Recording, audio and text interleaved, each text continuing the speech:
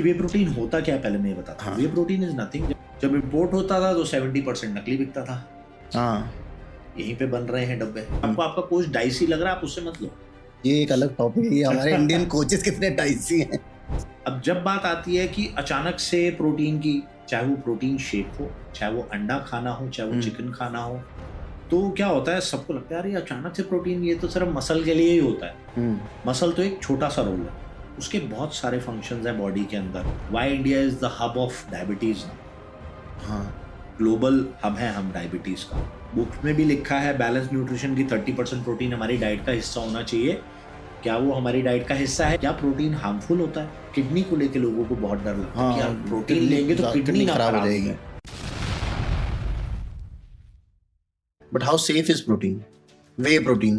Because अभी मैंने एक वो बीच में एक आर्टिकल किसी ने छापा था कि इंडिया के कितने % ब्रांड्स का उन लोगों ने कुछ करे वो किया था, तो कितने तो अनसेफ ही निकले उसके अंदर से। वे प्रोटीन होता क्या है पहले मैं ये बताता हूँ। वे प्रोटीन इज नथिंग। जब हम घर पे घी बनाते हैं तो जो नीचे व्हाइट चिपका होता है, ग्रीन वाटर निकलता है, दैट इज प्रोटीन। अब उसी में से जो छटता है वो वे और केसीन छटता है, 2 तरह का प्रोटीन। डेयरी कंपनीज इसी को ड्राई करके सप्लीमेंट कंपनी को बेच देती है। वो रॉ फॉर्म ऑफ प्रोटीन होती है, जो रॉ प्रोटीन आजकल मिलता भी है।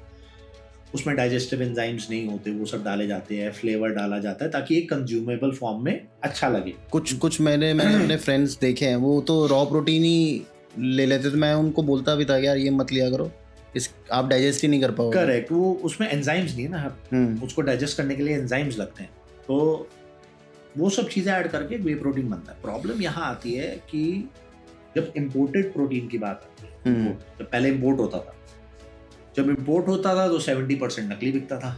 हाँ, यहीं पे बन रहे हैं डब्बे। बिल्कुल, दैट इज द प्रॉब्लम। तो इम्पोर्टेंट ये है कि आप ऑथेंटिक सोर्स से लें, जेन्युइन सोर्स से लें। अगर आपको प्रोटीन अच्छा मिल गया, जेन्युइन मिल गया, ये जरूरी है, उस पे ध्यान दो। अच्छी किस्मत, या ये कह लो कि उस पे ध्यान दो। 100-200 रुपए बचाने में नहीं कि वहां इतने का मिल रहा है, ये इतना है। तो ट्रस्टेड जहां पे भी आपको लगता है, चाहे आपको ऑनलाइन लगता है या आपको फिजिकली किसी स्टोर पे लगता है या आपके कोच पे लगता है, जहां पे भी आपको लगता है, अगर आपको आपका कोच डाइसी लग रहा है, आप उससे मत लो। ये एक अलग टॉपिक है। हमारे इंडियन कोचेस कितने डाइसी हैं। वो डिपेंड करता है उनका सोर्स ऑफ नेटवर्क कितना अच्छा है। वो भी ऐसी किसी से भी ले रहे हैं या वो भी किसी जगह से अच्छे से कितने टाइम से इंडस्ट्री में है, कैसा नेटवर्क है उनका, कनेक्टिविटी कैसी है, क्या उन तक असली माल पहुंचेगा, वैसे वाली चीज है। तो वे प्रोटीन का ये है कि ओरिजिनल अगर आपको प्रोडक्ट मिल जाता है then there is no problem. Now come to Indians, जो आपने कहा कि अभी स्टडी देखी, इंडियंस के साथ क्या है, वो आए इंपोर्टेड के कंपटीशन में। अब जब इंडियन ब्रांड्स थोड़े से फ्लरिश होना या स्टार्ट होना शुरू हुए थे, तो पहले तो उनको कोई देखता ही नहीं। बहुत सारी कमियां थी, फ्लेवर अच्छे नहीं है, टेस्टिंग अच्छी नहीं आ रही, मिक्सेबिलिटी नहीं आ रही इंपोर्टेड के कंपैरिजन में। क्योंकि 5-7 साल पहले तो फैशन शुरू हुआ है प्रोटीन। उससे पहले मुझे याद है 10 साल पहले जब मैं शुरू किया था, तब लोग छुप के प्रोटीन पीते थे, बताते भी नहीं थे कि प्रोटीन पी रहे हैं। डांटते, स्टेरॉइड्स ले रहा है। घर वाले छोड़ो, जिम में भी नहीं लोग पीते थे। वो लाते थे, कहीं गली के बाहर जाएगा, प्रोटीन बाद में वर्कआउट के बाद पीते थे, राइट। तो उस टाइम पे प्रोटीन इतना कॉमन नहीं था, और जो गिने चुने लोग पी रहे थे उनको इंपोर्टेड में टेस्ट, क्वालिटी सब कुछ मिल रही थी। तो इंडियन स्टैंड नहीं कर पाता था। अब इंडियन ने धीरे धीरे डेवलपमेंट करी, प्रोग्रेस करी, तो इसके अंदर ना कोई रेगुलेशन अथॉरिटी नहीं जो ये चेक कर सके कि लेबल पे जो लिखा है वो सही है या नहीं। सही है नहीं है। फॉर एग्जाम्पल, आप मेडिसिन लेने जाते हो तो मेडिसिन के ऊपर डब्बे पे जो लिखा है कि इसमें इतना mg है, इतना mg है, वो आपको मेडिकल स्टोर से मिल रही है, वो जेन्युइन है, चाहे वो ब्रांडेड हो चाहे वो जेनरिक ब्रांड हो। अच्छा, वो लिखा है क्योंकि उनके ऊपर रेगुलेशन अथॉरिटी है। बट न्यूट्रिशन सप्लीमेंट्स में कोई रेगुलेशन अथॉरिटी नहीं है। अब रेगुलेशन अथॉरिटी नहीं है तो कुछ भी करो, खुला मैदान है। अब हर तरह का इंसान होता है। कोई इंसान कहेगा कि मुझे सिर्फ पैसा कमाने से मतलब है, दुनिया कमा रही, मैं क्यों ना कमाऊं। कोई कहेगा नहीं यार, ये लोगों के शरीर में जा रहा है, मुझे पैसा तो कमाना है पर मुझे गलत चीज भी नहीं देनी। दिस इज द रीजन कि आज आप अगर ऑनलाइन जाते हैं तो 1300-1400 रुपए किलो भी प्रोटीन है और 2500 रुपए किलो भी प्रोटीन है। 4500 रुपीज केजी प्रोटीन है। बिल्कुल है। आइसोलेट में अगर आप जाते हो तो 4500 का भी प्रोटीन है, 4200 का भी है। सोचता कोई ये नहीं है कि 1300, 1400, 1500 वाला प्रोटीन कैसे दे रहा है। वो भी 24 ग्राम दे रहा है, 24 ग्राम दे रहा है, वो भी 24 ग्राम दे रहा है। ऐसा नहीं कि 15 ग्राम दे रहा है, है ना, वो भी 24 ग्राम दे रहा है। तो जनता को भी थोड़ा सा कॉमन सेंस लगाना चाहिए, थोड़ी लॉजिक लगानी चाहिए कि कोई तो बात होगी। कोई सिर्फ ब्रांड के नाम पे पैसे नहीं लेता। देयर इज अ क्वालिटी जो वो ब्रांड मेंटेन करना चाह रहा है, इसलिए वो 2500, 2600, 2800 रुपए किलो दे रहा है। मैं खुद मसल ब्लेज का यूज करता हूँ, मैं प्रमोट नहीं कर रहा मसल ब्लेज को, तो मैं खुद यूज करता हूँ। मैंने 1-2 और इंडियन ब्रांड्स भी यूज किए हुए हैं, पर मसल ब्लेज का वाकई में मुझे अच्छा लगता है। उसका फ्लेवर भी अच्छा है, मिक्सेबिलिटी भी बहुत अच्छी है उसकी। तो ये एक इंडियन ब्रांड है जो मुझे लगता है कि यहाँ जेन्युइन है, और वो देते भी हैं वो लोग कि आप उनकी सारी सर्टिफिकेशन वगैरह सब कुछ, ऑथेंटिसिटी चेक कर सकते हो। और आज की डेट में मसल ब्लेज एटलीस्ट एशिया में अच्छा, मतलब सिर्फ इंडियन ब्रांड नहीं रह गया, वो एशिया लेवल पे सेल। कितना प्रोटीन वैसे एक इंसान को लेना चाहिए पर डे जनरल हेल्थ के लिए, ताकि आपकी बेसिक फंक्शनिंग जो है चलती रहे, आपकी बॉडी को न्यूट्रिशन पूरा मिले? तो प्रोटीन आप लेके चलिए 1 ग्राम पर KG is enough. Okay, I know 1 ग्राम पर पाउंड भी बोल देते हैं लोग, और पर पाउंड तो ज्यादा हो जाएगा। हाँ बिल्कुल हो जाता है, और बोलते बहुत कॉमन है। बुक्स में ऐसा लिखा होता है, देखो बुक्स में यही लिखा हुआ है, बिकॉज बुक्स बॉडी बिल्डिंग को माइंड में रख के बनी जाती है। तो अक्सर वो कोचेज वही बुक पढ़ते हैं और वही आगे बोल देते हैं, उतना जरूरी है। बट अगेन मेरे जितने भी क्लाइंट्स हैं मोस्टली, चाहे वो वर्किंग प्रोफेशनल हो, मॉडल हो, वो एक लीन हेल्थ वाइज और फिजिक वाइज मेंटेन करने के लिए मैं 1 ग्राम से ही उनको मेंटेन करने के लिए बोलता हूँ। कुछ केसेस में फीमेल्स में 0.8 ग्राम पर KG is also enough. For example आप 60 केजी के हो लड़की, तो 50 ग्राम इज इनफ। अच्छा, और उस 50 में मेरी कोशिश होती है कि 30-35 ग्रेड 1 आ जाए। फॉर एग्जाम्पल अगर वो नॉन वेजिटेरियन है, मैं कहूँगा 2 अंडे खा लो, 1 प्रोटीन शेक पी लो। बाकी पनीर से आ गया, दाल से आ गया, कोई दिक्कत नहीं। वहीं पे अगर एक लड़का 80 केजीज का है, 80 ग्राम कंज्यूम करना है, स्ट्रेंथ ट्रेनिंग भी कर रहा है, यू नो फैट लॉस और मसल बिल्डिंग गोल है, मेरी कोशिश होगी 80 में से 60 ग्राम क्वालिटी ग्रेड आ जाए, यानी चिकन से, अंडे से। और अगर वेजिटेरियन है तो मैं कहूँगा भाई 2 स्कूप प्रोटीन तो पी ही लो, 1 सुबह 1 शाम। हाँ, मतलब 2 पी ही लो, ताकि एटलीस्ट आपका 80 में से 48-50 ग्राम्स तो अच्छा आ गया। बाकी दूध से ले लो, पनीर से ले लो, I am okay with it. Okay, when it comes to extraordinary physique building, muscle building, fat loss, rib donor, that's when you go to 1.2 grams per kg, 1.5 grams per kg, that's it. वो भी जब आप compete करने वाले हो? Not necessarily compete, but general लोगों में भी एक desire होती है कि यार मैं अच्छी body बनाऊं, बट वो देखना पड़ता है कि क्या आप ट्रेनिंग, डिजायर आप बहुत कुछ करते हो, फिर आप क्या ट्रेनिंग भी वैसी करते हो, क्या बाकी डाइट भी उतनी अच्छी है जो आपको हेल्प करेगी वो रिजल्ट अचीव करने में।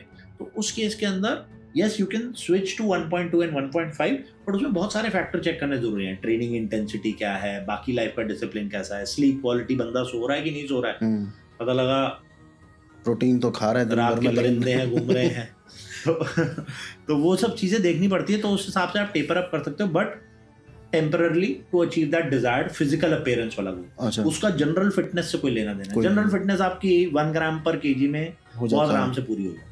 तो कितने % लोग 1 ग्राम प्रोटीन ले रहे होंगे इंडिया में with Indian food? Hardly, that is the problem. जैसे कि मैंने कहा कि हमारा ब्रेकफास्ट 2 या 3 ग्राम, अगर मैं पूरे दिन के मील्स भी लगा लूं तो 10-15 ग्राम खा रहे होंगे मुश्किल से। मतलब आई डोंट थिंक कि मेरे को हेजिटेट करना चाहिए कहना कि 80-85% लोग अपना बेसिक प्रोटीन रिक्वायरमेंट भी पूरा नहीं कर रहे। मतलब 50 ग्राम प्रोटीन पर डे किसी की डाइट में शायद 85% लोगों की डाइट में नहीं जा रहा। अच्छा, तो क्या ज़्यादा प्रोटीन खाना हार्मफुल भी हो सकता है? जैसे क्योंकि हमारे घर में ना इंडियंस तो सभी डरते हैं, तो वो वे प्रोटीन को ही मान लेते हैं, भाई बच्चे ने हमारे स्टेरॉइड लेना शुरू कर दिया है ठीक है, राइट। और क्या ज़्यादा वे प्रोटीन हार्मफुल भी हो सकता है? ओके, तो मैं इसको ऐसे ब्रेक डाउन करूँगा कि सबसे पहले अगेन क्लास 8 की न्यूट्रिशन की बुक पढ़ो और उसमें क्लियरली लिखा है protein are the building block of the body. यानी जब एक बच्चा बड़ा हो रहा है, उसकी बॉडी में जो ग्रोथ हार्मोन बन रहा है, जो उसकी बॉडी में बाकी हार्मोन बन रहे हैं, जो उसकी लेंथ बढ़ रही है, जो उसका मसल बन रहा है, वो प्रोटीन की वजह से ही बन रहा है। अब उसकी बॉडी को जितना जैसा जैसा मिल रहा है, बॉडी उस हिसाब से मैनेज कर रही है। टीनेज में हार्मोन्स इतने डोमिनेटिंग होते हैं कि वो कम में भी काम चला देते हैं। तभी हम बचपन में मोटे नहीं होते, बिल्कुल, चाहे कुछ भी खा रहे हो, राइट। तो पहले तो हमें बेसिक समझने हैं बुक्स में जाके क्लास 8 की कि भैया प्रोटीन एक एसेंशियल न्यूट्रिएंट है, राइट। अब हमें ये रियलाइज करना है कि बुक्स में भी लिखा है बैलेंस न्यूट्रिशन की 30% प्रोटीन हमारी डाइट का हिस्सा होना चाहिए। क्या वो हमारी डाइट का हिस्सा है? नहीं। हमारे को बस बचपन से हमारी नर्चरिंग और हैबिट्स ऐसी है। मैंने बचपन से वही नाश्ता लंच डिनर किया है, आपने वही किया है, हमारे फादर वही करते आ रहे थे, तो हमें लगता है वही सही है। अब जब बात आती है कि अचानक से प्रोटीन की, चाहे वो प्रोटीन शेक हो, चाहे वो अंडा खाना हो, चाहे वो चिकन खाना हो, तो क्या होता है, सबको लगता है यार ये अचानक से प्रोटीन, ये तो सिर्फ मसल के लिए ही होता है। मसल तो एक छोटा सा रोल है, मसल तो एक छोटा सा रोल है, उसके बहुत सारे फंक्शंस हैं बॉडी के अंदर। लाइक जैसे कि मैंने मेंशन किया, आपके हार्मोन प्रोडक्शन के अंदर प्रोटीन का काम होता है। ब्रेन सिग्नलिंग, जो न्यूरोट्रांसमिशन सिग्नल होते हैं जिससे आपके रिफ्लेक्सेस आते हैं, उसमें उसका काम होता है। आपकी स्किन, आपका हेयर, आपका नेल, जो भी आपको बाहर दिख रहा है, वो सारे टिश्यूज प्रोटीन से बने हैं, तभी प्रोटीन युक्त शैम्पू आता है। राइट, प्रोटीन रिच क्रीम्स भी आ गई है, बिल्कुल, राइट, विटामिन, हाँ, प्रोटीन वाली आती है। करेक्ट। हमारे जितने भी ऑर्गन्स हैं अंदर, वो सारा टिश्यू जो बना है, तो समझ लो ये जो दीवारें सीमेंट से बनती हैं, ऐसे बनता है, वैसे वो प्रोटीन से बने, प्रोटीन से बने, सीमेंट है, तो वो उतना इंटीग्रल और इम्पॉर्टेंट है। तो जब हमारी ऑडियंस ये समझ लेगी ना कि प्रोटीन एक एसेंशियल न्यूट्रिएंट है, वो कोई एलियन प्रोडक्ट नहीं है जो सिर्फ मसल बनाने के लिए आता है, उसकी बॉडी में बहुत सारे फंक्शन है, तब हम ये रियलाइज कर पाएंगे कि हाँ यार, हमारे ब्रेकफास्ट, लंच, डिनर में प्रोटीन है ही, तो वो पार्ट ऑफ डाइट होना चाहिए। That's first thing. Second thing comes, क्या प्रोटीन हार्मफुल होता है? ज़्यादा क्वांटिटी में अगर ले लो तो। करेक्ट, तो excess of anything is harmful. Okay. आज ओबेसिटी क्यों आ रही है? Because excess of junk food, excess of carbohydrate. Why India is the hub of diabetes ना? हाँ, ग्लोबल हब है हम डायबिटीज का, बिकॉज हमारे फूड हैबिट्स में शुगर यानी कार्बोहाइड्रेट इंटेक इतना है कि वो अल्टीमेटली लाइफस्टाइल डिसऑर्डर हमारे यहाँ बस गया, राइट। तो excess of carbohydrate is harmful, excess of fat is harmful, तो excess of protein is also harmful. Okay. मतलब हम कोई प्रोटीन को लेके ऐसे नहीं कह रहे जितना मर्जी खाओ है, आपको आपकी ऑप्टिमम रिक्वायरमेंट ढूंढनी है। दूसरी एक कंसर्न आता है, यहीं से मुझे याद आया, किडनी को लेके लोगों को बहुत डर लगता है कि यार प्रोटीन लेंगे तो किडनी ना खराब हो जाएगी, है ना, किडनी ना खराब हो जाए। तो देखो, उसका मैं आपको प्रोसेस समझाता हूँ। जब आप खाना खाते हो, एक डाइजेशन प्रोसेस से जाता है, गो थ्रू होता है, न्यूट्रिएंट्स ब्रेक होते हैं, वो लिवर पे जाता है और वहाँ से डिस्ट्रीब्यूट होता है कि तू यहाँ जा, तू यहाँ जा, और लास्ट में कुछ वेस्ट बचता है। जब हम फैक्ट्री में भी मशीन में रॉ मटेरियल डालते हैं इधर से, तो जो फिनिश गुड निकलता है तो बीच में वेस्ट निकलता है, उसे हम कूड़े में डालते हैं। सेम में हमारी बॉडी उसे एक्सक्रीट करती है, जो हमारे न्यूट्रिएंट्स का वेस्टेज होता है। वो एक्सक्रीट कहाँ से करती है? या तो स्टूल के थ्रू या यूरिन के थ्रू। तो जो प्रोटीन का एक्सक्रीशन प्रोसेस है नेचुरली, जो कुदरती नेचर ने बनाया है, वो यूरिन के थ्रू है। ओके, वो है ही यूरिन के थ्रू। तो जब भी आप प्रोटीन कंज्यूम करोगे, irrespective of the source, protein था, अंडा था, दूध था, चिकन था, कोई फर्क नहीं पड़ता, या दाल थी, उसका जो भी वेस्ट होगा यूरिन के थ्रू पास होगा। किडनी का ही काम है उसे फिल्टर करना और यूरिन के थ्रू फ्लश आउट करना, right, like a waste product of the process. तो जब वो उसका ही काम है, तो जब आप उसे एक्सेस में लेने लगेंगे तो क्या होगा? किडनी का वर्कलोड बढ़ जाएगा। तो जब वर्कलोड बढ़ जाएगा तो मशीन को क्या होता है? गर्म होने लगती है, खराब होने लगती है।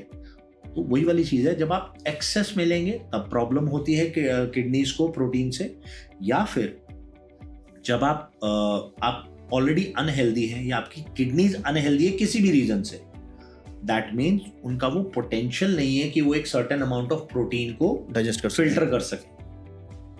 तो यानी problem is with the kidney, not with the protein. Okay. तो अगर आप हेल्दी हैं, इन शॉर्ट आप एक हेल्दी इंडिविजुअल हैं, आपकी किडनी सही फंक्शन कर रही है और एक आप सही डोजेज के अंदर आप प्रोटीन कंज्यूम कर रहे हैं, तो आपकी किडनीज को कोई नुकसान नहीं है, आपकी बॉडी को कोई नुकसान नहीं है।